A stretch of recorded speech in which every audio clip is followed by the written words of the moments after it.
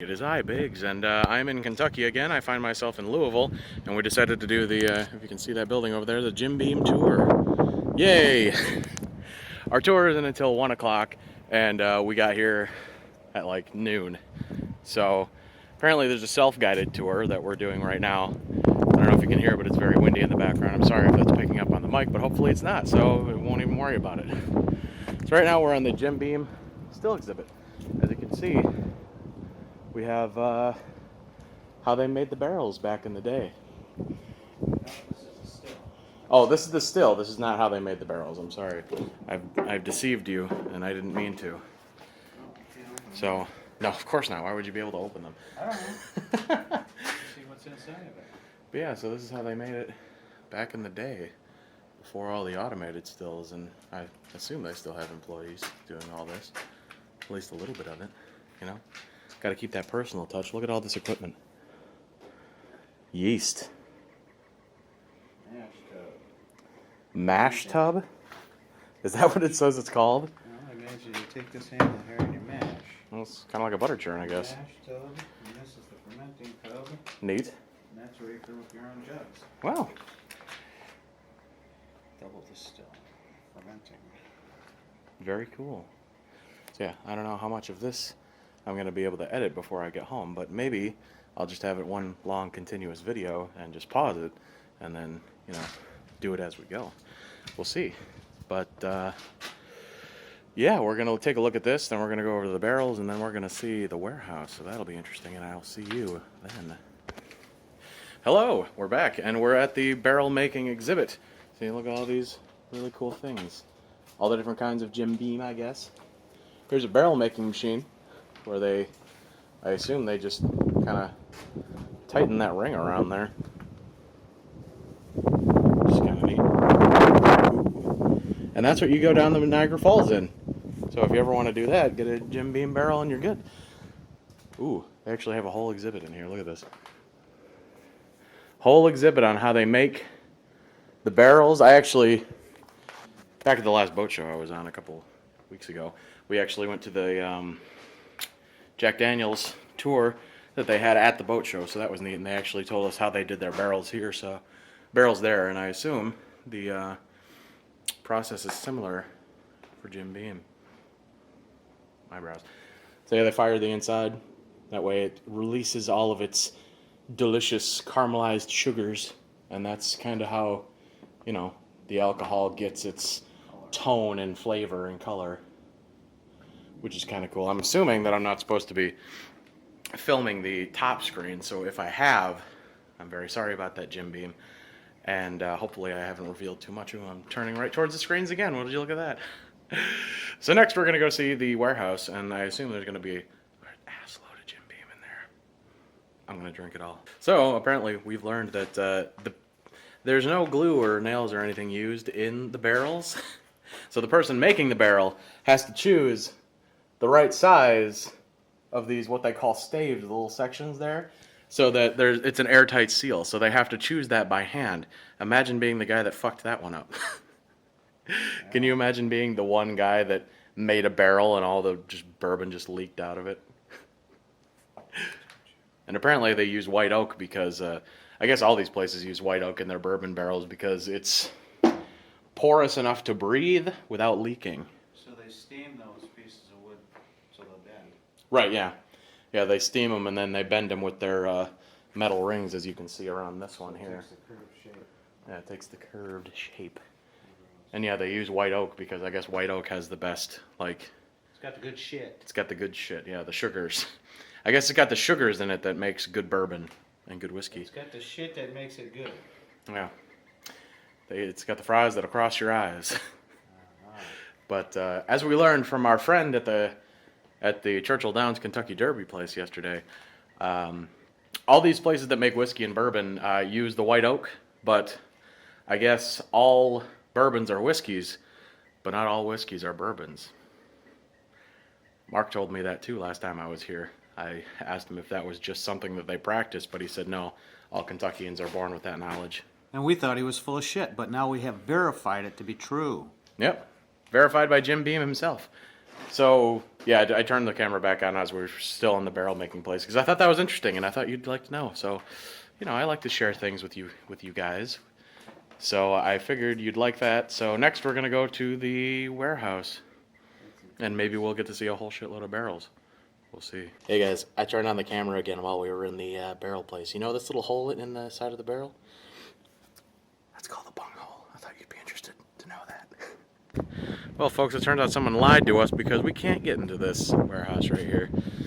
But I can tell you a bit about it since we read one of these things. This is one of the first warehouses they built after the Prohibition. This is warehouse D of A through E, the ones that were built right after the Prohibition ended. And after the Prohibition ended, about 80,000 barrels of Jim Beam were made to fill up these warehouses until 1939, when Jim Beam himself had a party with the first barrels of completed Jim Beam after the Prohibition. So that's kind of neat. As you can see the warehouse in the background. But now we just have to wait for our tour, which is in another probably half an hour. So I'm not sure if we're allowed to take video or pictures on the tour, but if I'm allowed to take pictures on the tour, I might put those up on the Tumblr, and you can see them there. I'll post a link in the description. But until then, until I can film next, if I can't, then we're going to go on the tour. And that takes us a bus around this place, so that'll be fun. And afterward, we go into the tasting room where we can taste all the Jim Beam whiskeys. So that'll be fun. And if I don't see you during the tour, I'll definitely see you afterward. We'll see how I am then. Here in a minute, they're going to get thirsty. And feel free to take videos and pictures of it going all the way through. Move slow. So you know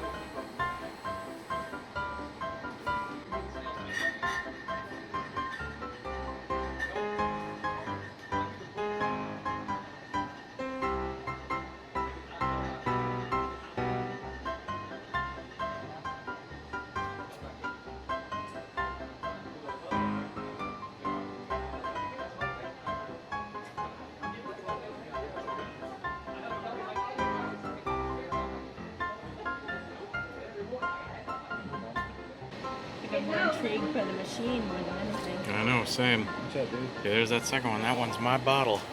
Woo!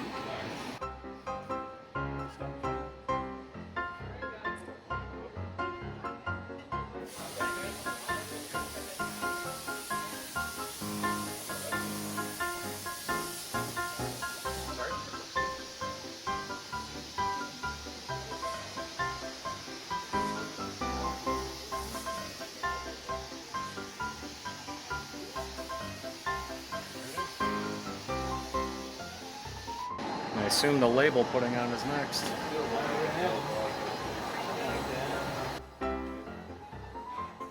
Very cool.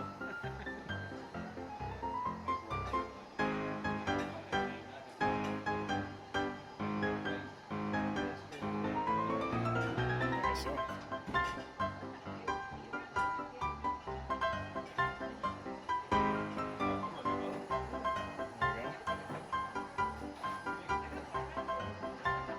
I feel like I'm gonna have to put music behind this. Yeah, right. Dun, dun, dun, dun, dun, dun, dun, dun, dun, dun, dun. You can put that. Once you see your bottle get to this point right here, Uh-huh. feel free to go ahead and pick it up off there. All Take right. it to the band, he'll wax it. Look at that little piece of tape sticking out. And a new pair of shoes. See, there's my personalized bottle with my initials on it and everything. And now we're gonna get it waxed. You'll be getting to it whenever you get to it. Oh man. You can set yours right here. Oh, of course. Yeah, There we I'll go. get to you here in a second. Neat. If you want to, sir, just step right over here by Holly. She'll show you Let's see. the next step. Lovely. See that circuit board? Oh, have you? Yeah. Fancy that. Fancy that. Neat.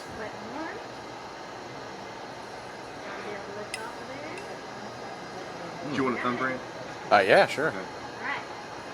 All that extra wax on there called flashing. Normally it's removed Alright. before it goes to the market, as you see on these. We leave it on the bottles that come off of T-line, little extra authenticity for you guys. These Nice. will be available in the American Still House at the end of the tour for you to pick up, alright? Keep holding.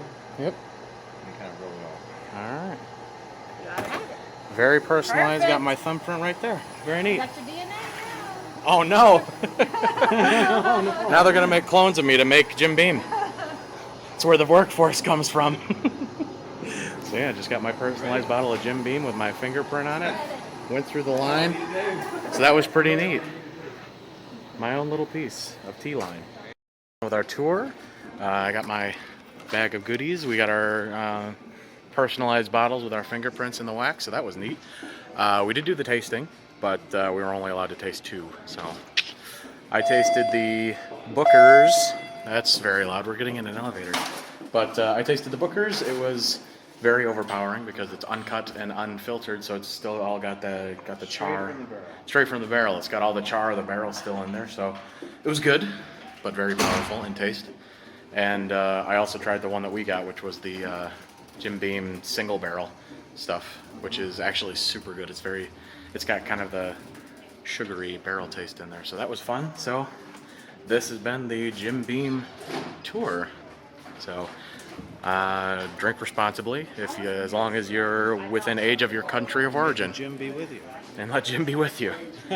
So thank you all for watching, and I will see you in the next one.